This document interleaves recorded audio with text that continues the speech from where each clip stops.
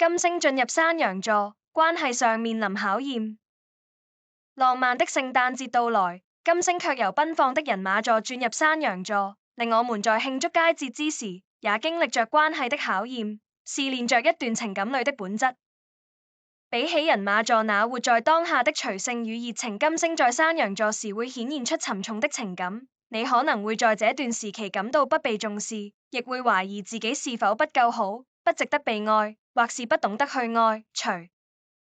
着關係受到各種考驗及挑戰，要處理各式各樣的問題，我們容易在人與人之間產生隔膜，令情感表達更為抑壓。這時我們似乎不想說說就算，不想單是開心就好，而想更加理性慎重地去審視一段關係的價值與相處方式。無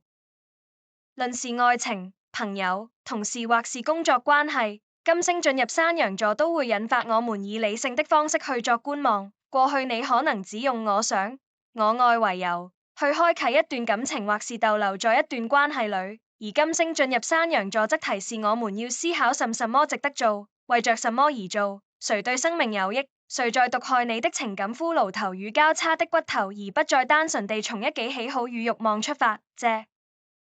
座山羊的力量，這時浮現的問題就如考試般測試着關係的耐力與信任，讓你看清楚彼此在相處上的盲點與錯誤，同時亦考驗到雙方是否在同一陣線上，是否願意去作出改善與承諾，令彼此能長久的走下去。受